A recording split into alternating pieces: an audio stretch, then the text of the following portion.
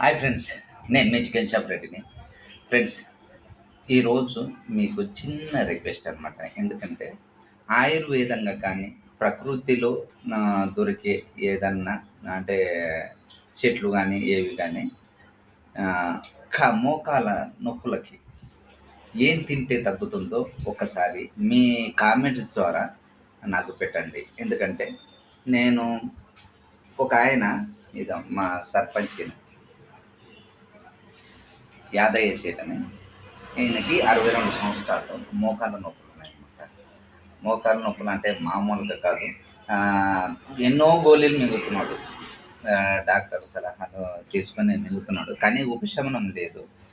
తింటే ఏమన్నా తగ్గుతుందా? ఏదన్నా మన చెట్ల ద్వారా ఏమన్నా పలానా ఆకులు అలాంటివి, లేకపోతే ఏదన్నా కాయలు లాంటివి, ఎట్లాంటివి మీకు తెలిస్తే కామెంట్స్ ద్వారా మాకు పెట్టండి ప్లీజ్. ఓకేనా?